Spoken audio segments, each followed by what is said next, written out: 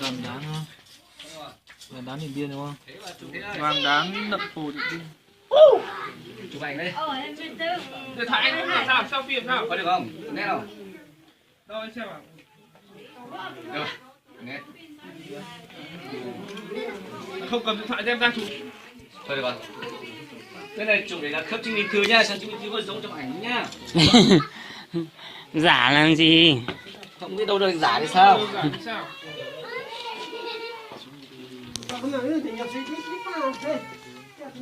Xem nó giống không đấy. Chụp ảnh nó đúng, chụp ảnh này không có tác dụng gì cả, không tung lên ảnh, không tung lên mạng cái gì cả, thì so chứng minh thư thôi. Nhưng mà các anh đừng nghĩ là chụp để làm nọ làm kia. Đây này, cho nhìn đây này. Nhìn ta so với cái mặt ở trên này.